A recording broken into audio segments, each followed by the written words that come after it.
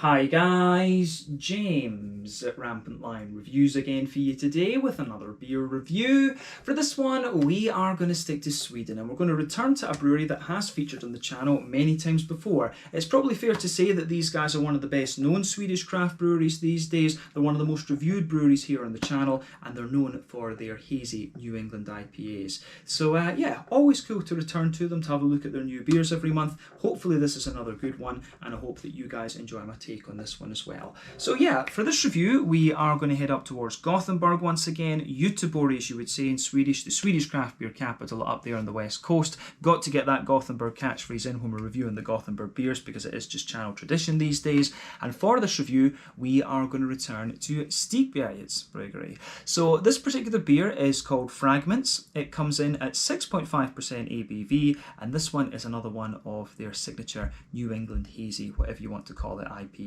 So yeah, this beer was released here in Sweden as part of the Lokal och Småskaligt assortment through Systembolaget for June of 2021. They also released a double IPA this month, and as I've sat down to do this review, the name of that beer has gone right out of my head, but you will see me review that one a little bit later on. But this beer cost about €4.50, 45 Swedish kroner, so that is about £4 sterling, and I guess about $5.25, $5.50 American for those of you watching over there, just to give you a little bit of a price reference. But yeah, very curious to see how it turns out. I've always enjoyed the IPAs from these guys. Fingers crossed this is another good one and it makes for an interesting review. So let's see how we go.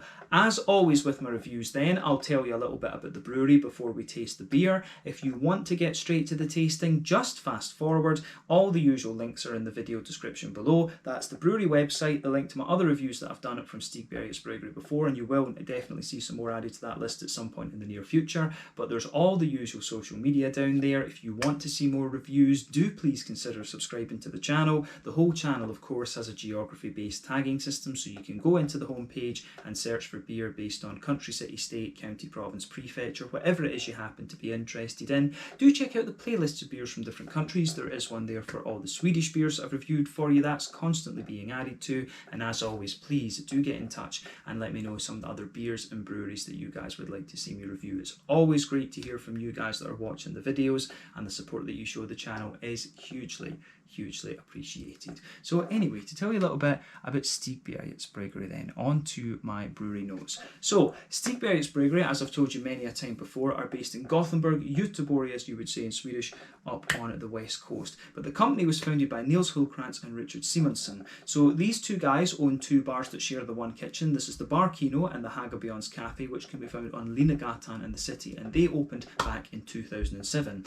Now this building is actually an independent cinema, and I didn't realise until I actually went to visit it, and if you're curious to see what it looks like, you can check out my out and about video that I filmed there back in about October of 2019. But I do hope I can go back there and spend a little bit more time in the Hagabjörns Cafe, because I spent most of my time in the Bar Kino, but it was really nice actually, kind of the unofficial tap room for Stigbergets and OO Brewing in Gothenburg. But basically, originally the idea that these guys had was to brew a few beers that they could sell in the bars, but this led to them kegging and selling the beer to other pubs, and then eventually to bottling the beers, which began in November of 2014. The original beers that they were producing were mainly English and German styles, but of course a little bit later on they started to focus on the more hoppy American styles of beer, and this was where they really started to make their name. So the original head brewer was Ole Andersson, who is also the co-owner of OO Brewing. He stayed with them until about April of 2017, at which point he decided to focus all of his efforts on his own company, but he was replaced for a short period of time by Barnaby Struve, who was one of the vice presidents at Three Floyds in Munster in Indiana over in the States, quite close to Chicago. Very good brewery that you should check out if you haven't already. But they later on, at this, roughly around this point, in 2017, they moved to a new brewery at Partihalarna, where they were brewing at 5,000 litre batches at a time, and they also began working on some sour beers in that facility as well. They also started selling their beers in 440ml cans, and this has allowed them to export their beer a lot more and get their name out there on the international stage. But they now have a brew team of Ollie Banks, who used to work for Beavertown in London, and also Lucas Munraid, who used to work for All In Brewing, one of the numerous gypsy breweries operating in the Gothenburg area. But as of summer 2020, they've moved into a new brewery in Ringen, And they're considering brewing some lambic beer up there as well, from what I understand, which should be quite interesting should they manage to pull that off. But apparently, this new facility, it has the possibility for swimming facilities, and they're going to have a bar in there as well at some point. But they also opened up a bar in Stockholm in April of 2020. That seems to be doing quite well, and they opened their own folk ale shop in Gothenburg as well. For those of you watching outside of Sweden, folk ale is 3.5% and below. This can be legally sold in the supermarkets. Anything above that mark, of course,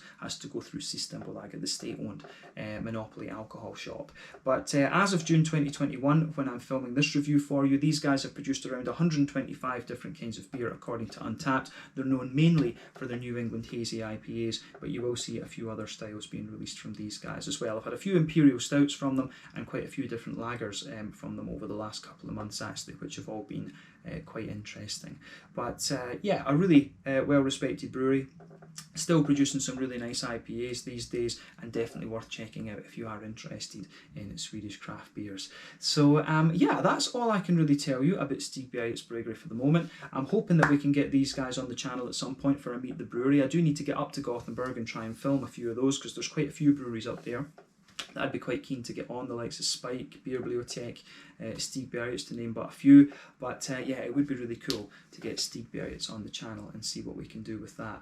But yeah, if you want to learn more about this brewery, you can check out the brewery website. You can follow them on Facebook and Instagram to keep up to date with all the latest goings on, and you can check out the Rate Beer, Untappd and Beer Advocate pages to learn a little bit more about all the different beers that these guys have done.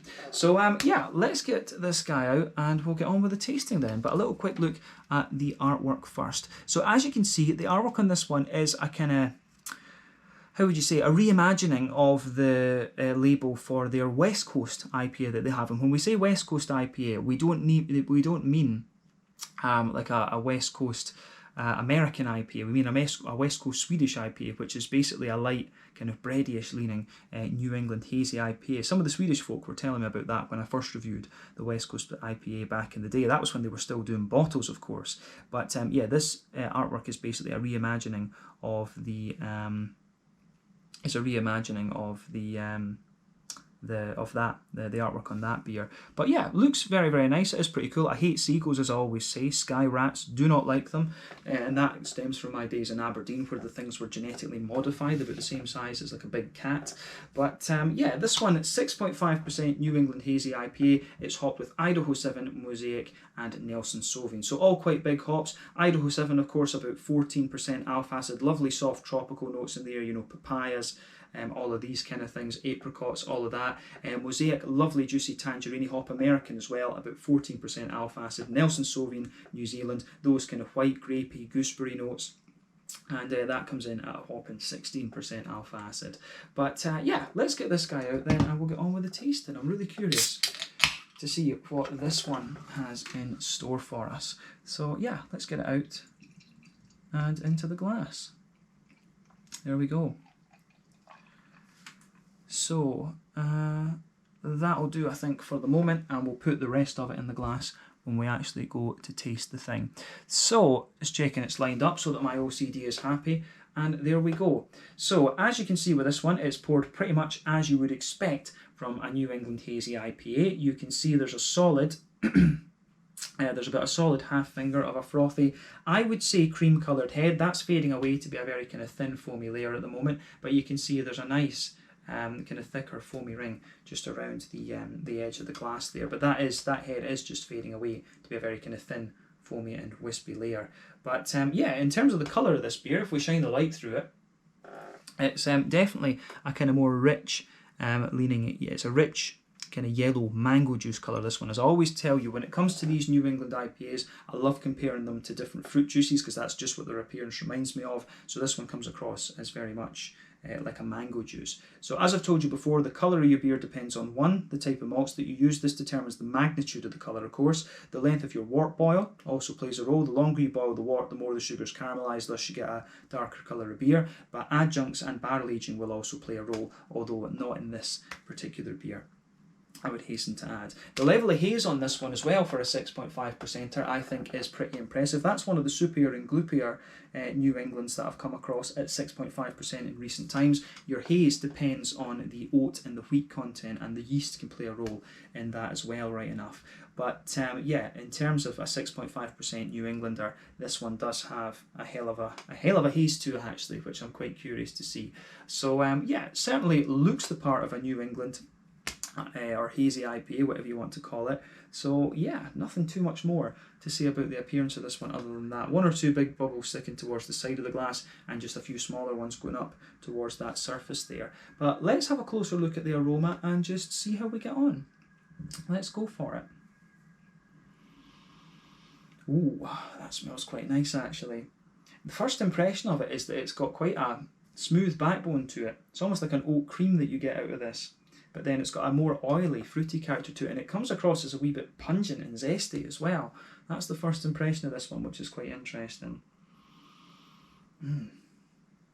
But that is really interesting for sure. So as I've told you, in my opinion, there's 6 different directions a New England IPA can go.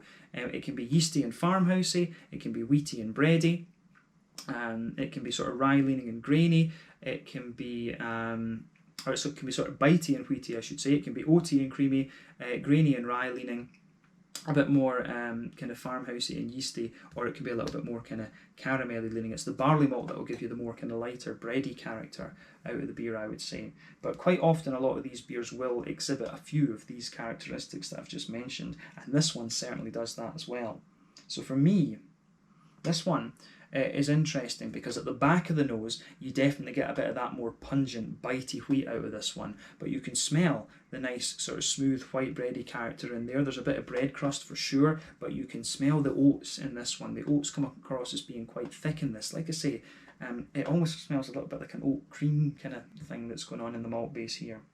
But the other thing to remember with these New England IPAs, depending on how long they've been sitting, the oat and the wheat can kind of sort of thicken up a little bit, and the aroma and the flavour can change very slightly in the malt base. So it depends exactly how fresh this beer is. And I'm reviewing this one for you on the 20th of the month. It was released on the 1st, and that was because Systembolaget took about 10 days or something. In fact, it was more than that. It was about 2 weeks to get my order to me, which is quite unusual, to be honest. So that's the other thing, and I know this beer was ready to be released maybe about 2 weeks or so before it went out through Systembolaget, because Glassbanken had it, but that's another thing.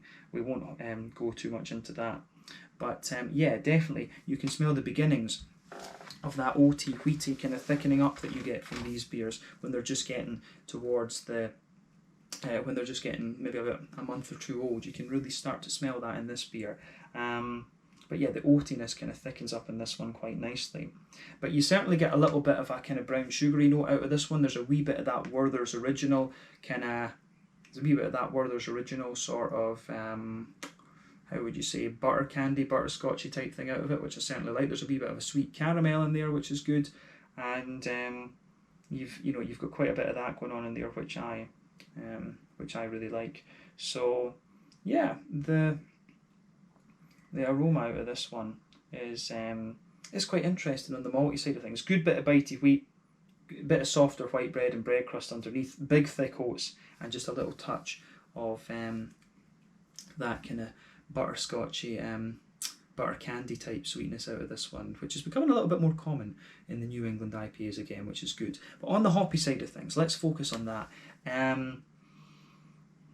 So yeah, lovely big green component to this one. There's certainly a little touch of earthiness out of it, and that's the mosaic that's going to give you that. There's a nice big floral aromaticity to this one, which it's quite a bright floral aromaticity. I wouldn't describe it as spicy. The thing you've got to remember about the New England IPA is that these beers depend on late addition hops. Late addition hops during the wort boil, they give you more flavour and aroma, whereas the early addition hops, which you'll find more often in the West Coast IPAs, those are the ones that give you bitterness. You've basically got a gradual trade-off from bitterness toward flavour and aroma the later that you add the hops into the boil. A New England IPA like this, of course, is going to undergo a wort boil of 70 to 90 minutes, something like that.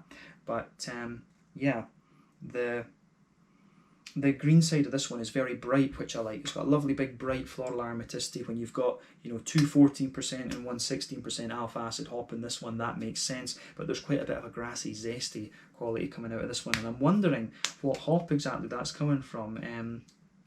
Because Nelson Sauvin I don't remember being so zesty. I remember it actually being quite more spicy and green in its green component, whereas you know, it could be the Mosaic, or it could be a little bit of the Idaho 7. I don't remember Idaho 7 being quite as zesty as that though. I remember Idaho 7 being a bit more kind of mellow and juicy in a sense. But let's focus on that fruity part of the beer, and then we can taste it. So yeah, with this beer for sure, you're getting those lovely soft tropical notes that you'd expect of the Idaho 7. There's a wee bit of an oily mango in there. You've got the apricot and the soft papaya in there as well. I think a wee bit of pineapple in this one. I do get a little bit of pineapple kind of on the top of the nose there, on the tip of the nose. But you can certainly smell the more oily qualities of the Mosaic and the Nelson Sauvin in there as well. So it's got a good bit of a kind of tangerine note to it, and I would actually, it's quite interesting in this one, because I would go as far as saying that the tangerine notes from the Mosaic actually have a little bit of a kind of more sharp mandarin-y edge to them, which is kind of interesting. There is a good little bit of orangey zestiness coming out of this beer, and I've always thought that Mosaic is a little bit more oily, if you like. It's a little bit more kind of juicy and oily in its aroma. So yeah, that's kind of an interesting point I'm finding about this one. The Mosaic, I think, is behaving a little bit differently. But underneath, of course, you can smell that more oily, sort of gooseberry, white green grapey note of the Nelson Sauvin.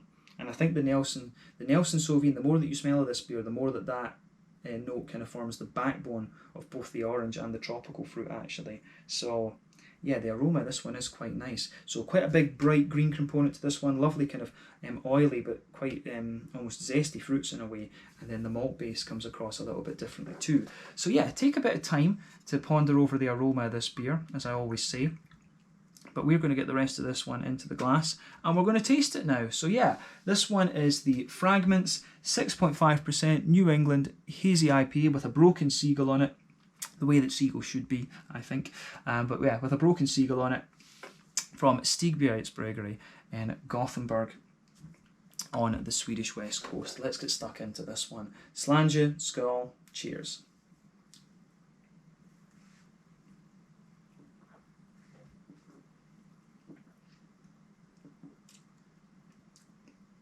Ooh, that is quite nice actually. First thing I'm getting out of this, mouthfeel comes across a little differently.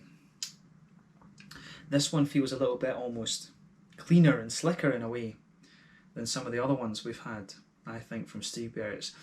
It could just be that I've not had one of their beers in about a month or so, and you know, that just, or one of their IPAs as far as I can remember.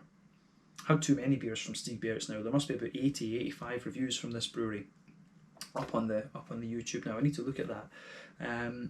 But yeah, this one, first impression is that it strikes me as being a little bit kind of slicker and things than some of the other ones we've had from Stigbergets before, but I like it. It's nice.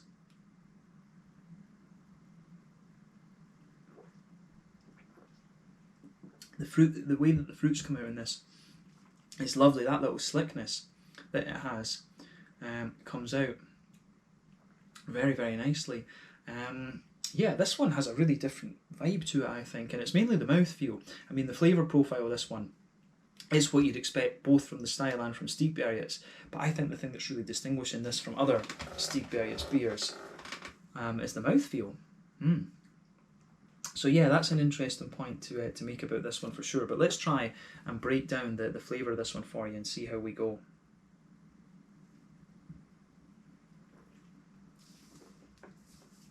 So, straight away, across the middle of your palate in this one, you feel that kind of quite crisp, white bready character to this one. You can feel that just forming the backbone. This beer, a little bit of barley malt, of course, there. But if you go to either end of that middle third of your palate, you can feel the bread crusty elements coming out of the beer. And the one thing I would say about this beer is that it does develop a little touch of graininess on that very base layer the further you go into the aftertaste. Sitting on top of that as well, you can feel that sort of smooth layer of wheat, quite a thin layer of wheat, I would say. The wheat's a bit more prominent, I think, on the back third of your palate, but in the middle third of your palate, you can feel a little bit of that smoother kind of wheaty element coming out of this one. And one thing I'm wondering about this, just from the flavour, there is a wee bit of oaty sweetness in there, but I don't think it's got too much oat in it. I'm just wondering. Yeah, okay, yeah. It has got oats in it. It's also saying it's got rye, hence why it's a little bit more grainy in the malt base. That makes sense. Yeah. So yeah, that'll be why you're getting a little bit of that. But it's interesting that I didn't really pick up the... It's interesting that I didn't pick up the rye in the aroma. That's an interesting point. So maybe I need to think about that kind of matty, that you know, not the matty, the sort of almost creamy nature of the wheat and the oats as being a little bit to do with the rye as well. But yeah, it's interesting. I've been noticing one or two breweries have been using a bit of rye in their New England IPAs these days. The brewery in the States that always did that, out of the big New England ones, was Alchemist. They always had those kind of more grainy, farmhousey leaning, pardon me, New England IPAs, where it was, you know, Treehouse tended to be the more oaty, creamy one, and Trillium, in my experience, tended to be the more kind of wheaty and bitey one. But a lot of the European breweries, I think, tended to stick to something between Trillium and Treehouse. They tended to stick to that particular kind of New England IPA. And yeah, this is definitely... I've had a few rye IPAs, I think 1 or 2 rye IPAs from Stigbergets, but not too many New England rye IPAs, I think. There's one that comes to mind and I can't remember the name of it. But yeah, this one definitely has. And that base layer, you can definitely... The graininess that I was picking up is the rye, quite obviously.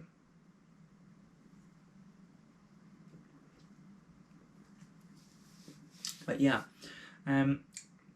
sitting on top of that kind of wheaty layer that I was talking about, though, you can feel a bit of the oats, but the oats don't come across as quite anywhere near as thick as I was thinking they were going to be in the aroma. So it's almost like in the middle, in that middle third of your palate, you've got a kind of oval or a circle, and then the oats kind of sit in that sort of circle there, and then you've got the wheat layer, and then the barley malt and the kind of the rye layer sort of sitting underneath that. So it's actually in the middle of your palate. It's not actually overly thick, to be honest with you, but you get more graininess the further you go into the aftertaste, and I think the oats sort of sweeten up very slightly too. But in the very dead centre of your palate, you do get a little small kind of concentrated circle where there's a bit of that Werther's Original kind of butter candy type note out of this beer, and that's the alcohol, of course. That's the alcohol flavours that are giving you that. But other than that, I don't think there's too much to say about the middle third of your palate in this one. So yeah, it's quite straight shooting in that sense, which is interesting. But I think the rye is the thing that's maybe making it it's making this beer a little bit different, actually. But yeah, let's move on to the other parts of the palate then. So border region between middle third and back third of your tongue, you can feel a little bit of a bready build up there, a bit of a bread crust and some more grainy elements. Then onto the back third of your palate, you can feel the sort of you can feel a little bit of the kind of barley malt bready sort of thing, and the rye, I think, gets a little bit more prominent there as well. And on top of that, you can get the wheat too, and the wheat becomes a bit more bitey into at the very back of the tongue as well.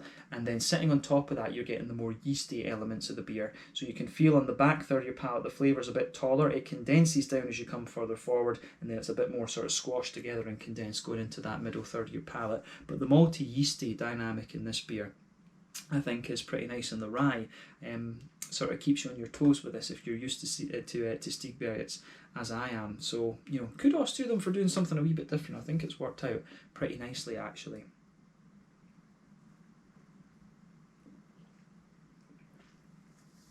But yeah, this beer, the more I drink of it, the more it kind of gets juicy and slick in a sense, and I really like that about it. These flavours are building up really nicely. But yeah, in the back corners of the palate then, the hoppy side of the beer, definitely a little touch of earthiness there.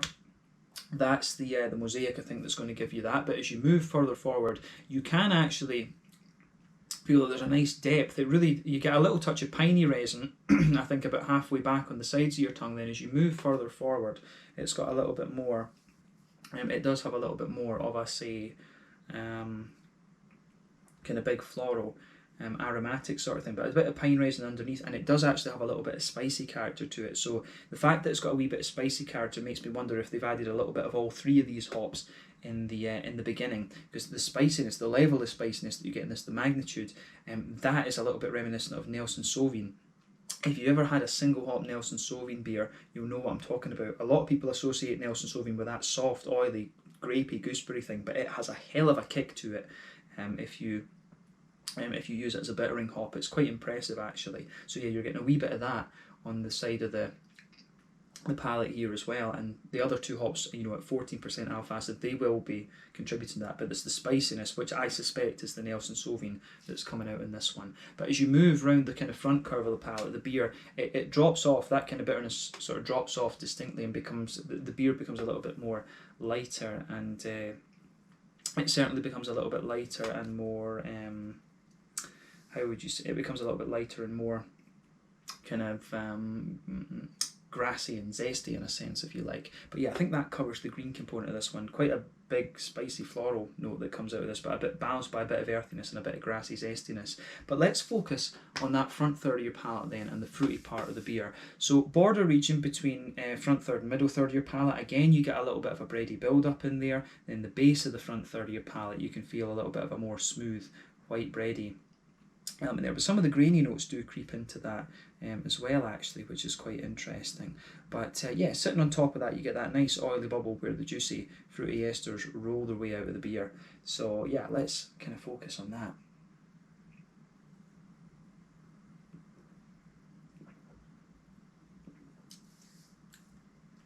So yeah, on the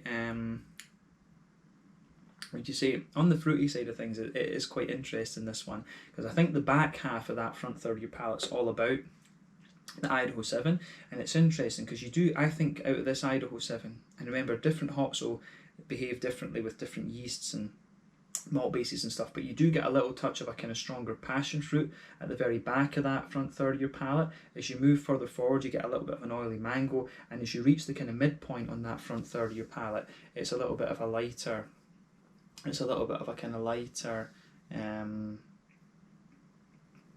do I say, apricot, and it's a little bit of a lighter apricot and you know, kind of papaya type thing. Yeah, this one, the papayas are quite minimal though, you really need to search for that. But yeah, it gradually goes from being a pungent tropical fruit to a more oily, mellow one, and then it's a little bit, you know, lighter in a sense. But as you move into that front half of the front third of your palate, it's got a more, you start to get you can really feel the zestiness of the mosaic come out, and I'm just surprised at how zesty mosaic is behaving in this particular beer, which is interesting. But then underneath that, as you reach the kind of front tip of the tongue almost, you can feel the oily gooseberry, white grapey notes of the Nelson Sauvin.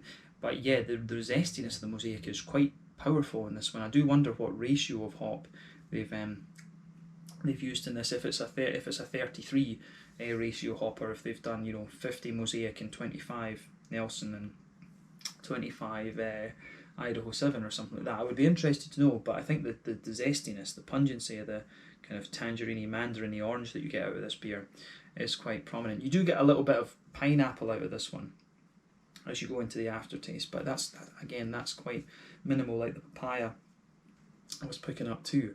But yeah, I have to say, this is one of these beers that it really mellows out very nicely, and I like it. It's something a bit different from Stigbergets, so thumbs up to them for that. This is one that's definitely worth trying if you know this brewery, quite well, especially for comparison purposes. But generally speaking, it's also a very nice beer as well. But definitely one of the kind of grainier New Englands that you're going to come across at the moment, and certainly one of the lighter and more slicker ones. So I think on this note, we should move on to the mouthfeel. So mouthfeel wise, I think it's fair to say this beer is it's mid-bodied, it's kind of right in the middle of the spectrum.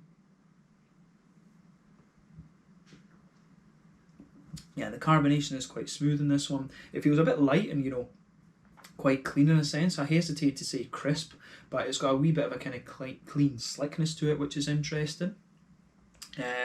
On the hoppy side of things as well, I think this beer is maybe about, I think this might be a little bit more, I think it might be about 35 IBUs, this one, maybe pushing 40. It feels a little bit more bitter, this one, which is interesting to think. So I think this one has a little touch more bitterness, maybe to balance the graininess from the rye, but the rye might also be pushing my interpretation of the bitterness up a little bit, so keep that in mind. IBUs is my weakest point of beer reviewing, but yeah, it certainly has that. But like we said, the malt base is quite layered in this one. White bread, a little bit of grain, A little bit of a rye kind of grainy note, smooth wheat, then the more creamy oats and a bit of sweetness. So the malt base has a little bit of everything in this one. This is potentially the most complex malt base I've had from a Stigbergets New England in a little while, and the fruits for me are nice and juicy and slick in this one. A good balance. It really leans more towards the citrusy, zesty side of things, but you've got a bit of the oily gooseberry, white grape in there underneath, and a bit of tropical fruit to kind of balance it out too. But overall, this has been a really interesting New England IPA, and I'm glad that I got to try it. So thumbs up to Stigbergets for this one, a bit different to what we've had before. But yeah, I think we can leave it at that for this review. So this one was the Fragments, 6.5% New England Hazy, whatever you want to call it, IPA, from Stigbergets Bryggeri in Gothenburg up on the Swedish west coast. Check out my social media, check out theirs, let me know your own thoughts on this beer in the comment section below. Thank you again for watching, and I'll catch you guys very soon. Sláinte, skål, cheers, and see you in the next review. This one is pretty good, so make sure you check it out.